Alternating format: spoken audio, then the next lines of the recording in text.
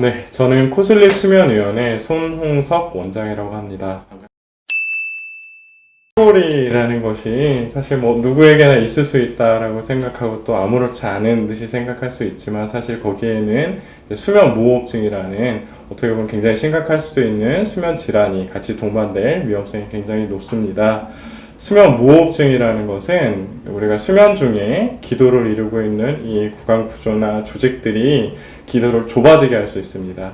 그래서 많이 좁아졌을 때 이제 나는 소리가 코골이 소음이 나는 거고요. 그게 좁아질 뿐만 아니라 아예 딱 막히게 되는 경우는 아예 숨을 못 쉬게 되는 이제 수면 무호흡이라는 것이 발생을 합니다. 나는 이제 수면 중에 있기 때문에 모르고 본인은 그렇지만 잠들어 있는 사이에 우리 몸은 숨을 쉬지 못하는 거죠.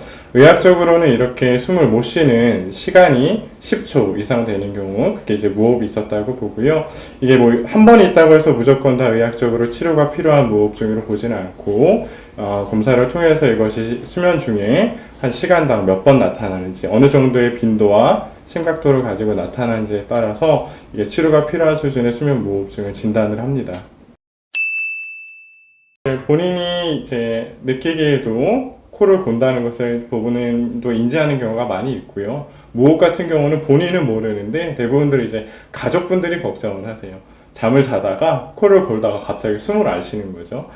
이렇게 해서 인지하게 되는 경우가 많습니다. 하지만 정확한 진단은 수면 다운 검사라는 것을 통해서 할 수 있는데요. 수면 다운 검사라는 것은 우리가 수면을 취하는 중에 우리 몸에서 이제 나타나는 모든 생체 리듬을 체크를 하면서 하는 검사인데 수면 무호흡과 관련해서는 이제 호흡을 주로 보게 되겠죠. 호흡이 유지가 되는지 그리고 그것이 무호흡이 생겼을 때에는 어느 정도 시간이 되는지 어느 수면 단계에서 나타나는지 그 빈도가 얼마나 되는지 그리고 숨을 못 쉬게 되었을 때 우리 몸에 산소가 떨어지게 되는데 이건 어느 정도 동반되는지를 종합적으로 평가해서 최종적으로 진단을 내리게 됩니다. 네, 우선 수면 무호흡 자체는 우리가 잠들어 있는 중에 숨을 못 쉬게 되면은 그 자체가 우리 뇌로 하여금 깊은 잠을 못 자게 해서 자꾸 이제 각성을 시킵니다. 그렇게 되면 1차적으로는 수면의 질이 굉장히 떨어져요.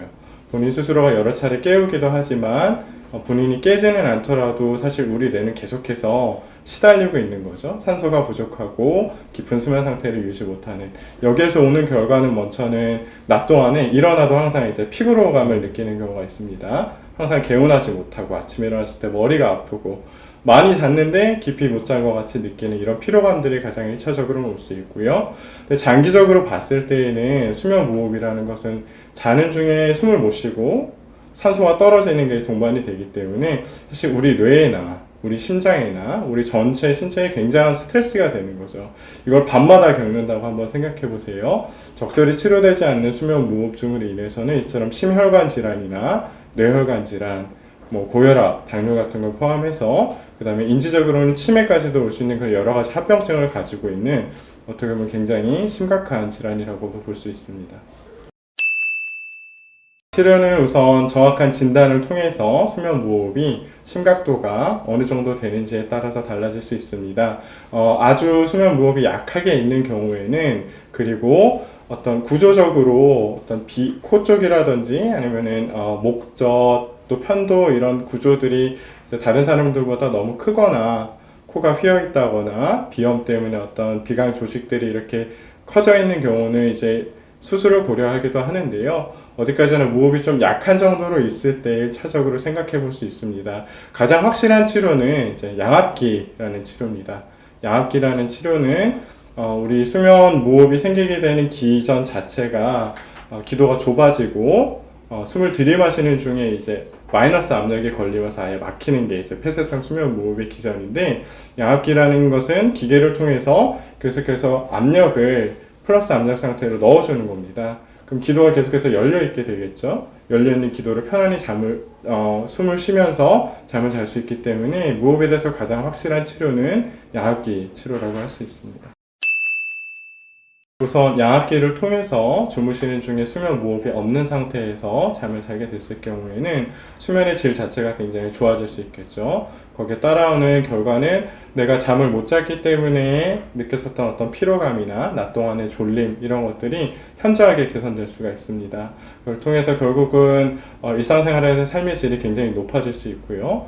장기적으로 봤을 때에도 치료되지 않는 무호흡이 가져올 수 있는 합병증들의 발생 위험성이 굉장히 떨어지고 어떤 이렇게 여러 가지 의학적으로 봤을 때에도 생존율이나 이런 여러 가지 합병증들의 위험률이 현저하게 떨어지는 것을 내가 이 치료를 통해서 얻을 수 있는 것이라고 볼 수 있을 것 같습니다. 하지 불안 증후군이라는 병은 주로 이제 잠들기 전에 밤에 자려고 누웠는데 다리에서 굉장히 불편한 감각이 느껴집니다. 어떤 분들은 벌레가 기어가는 것 같다고 표현하기도 하시고 어떤 분들은 저린 느낌이다, 간지럽다 다양하게 표현하시지만 이게 밤에 자기 전에 다리를 가만히 두려고 하면은 도저히 가만히 둘 수 없을 정도로 굉장한 불편감을 줘서 자꾸 다리를 움직이게 되고 주무르게 되고 그럼 일시적으로는 잠깐 좋아지지만 결국은 또 다시 증상이 올라오게 돼서 이게 증상이 심한 경우는 이것 때문에 잠을 이루기가 참 힘들고 이것 때문에 잠들기까지 굉장히 오랜 시간이 걸리면서 괴로워하게 되는 것을 이제 하지 불안 증후군이라고 합니다.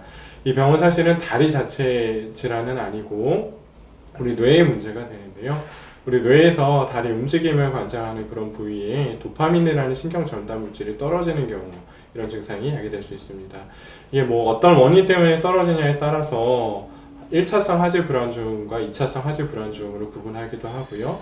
명백하게 다른 내과적인 질환이 있어서 예컨대 철분 결핍이라든지 전해질 이상, 호르몬 이상 등의 내과적인 원인 때문에 2차적으로 생기게 되는 것을 2차성 하지 불안 증후군이라고 하고요.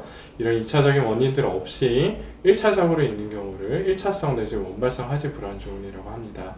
1차성이든 2차성이든 환자가 호소하는 어떤 증상을 가지고 하지 불안 증후군이 정의가 되지만 하지 불안 증후군이 있는 경우 그 자체로 수면을 굉장히 방해하는 요인이 있을 수 있고 잠들기 전에 내가 불편할 뿐만이 아니라 잠이 들고 나서도 다리가 가만히 있지 못하고 자꾸 주기적으로 움직이게 되는 주기성 사지 운동증이라는 것이 실제로 한 80% 이상에서는 동반이 됩니다.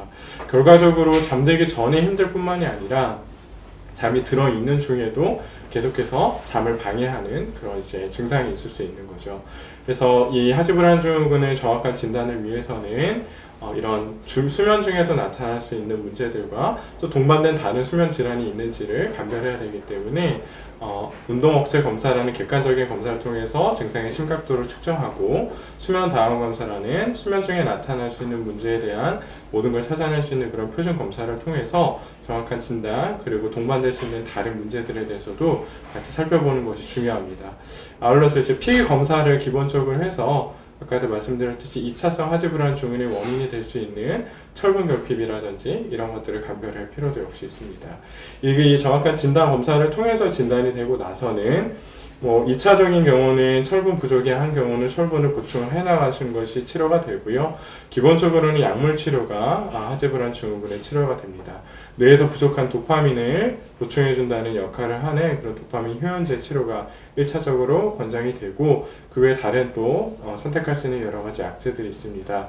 이 하지 불안 증후군은 수면 자체를 방해하고 그것을 경험하는 사람들에게 있어서는 정말 괴로운 증상이에요. 근데 이제 어디 여러 다른 과에 가서도 이거를 검사를 해봤는데 문제가 없다라는 이야기를 듣고 찾아오시는 경우가 아주 많은데요. 모르고 있다가 하지 불안 증후군이라는 병이 있다는 것을 알게 되면 이게 정말 내가 겪었던 증상이구나 라고 이렇게 인지하고 오시게 되는 경우가 많습니다. 그래서 이유를 모르고 이렇게 괴로워하시지 말고 이제 정확한 진단과 또 검사를 통해서 얼마든지 증상이 개선될 수 있고 하지 불안 증후군 때문에 잠 못 이루던 밤들이 치료를 적절히 받게 되는 경우는 많이 좋아질 수 있을 거예요.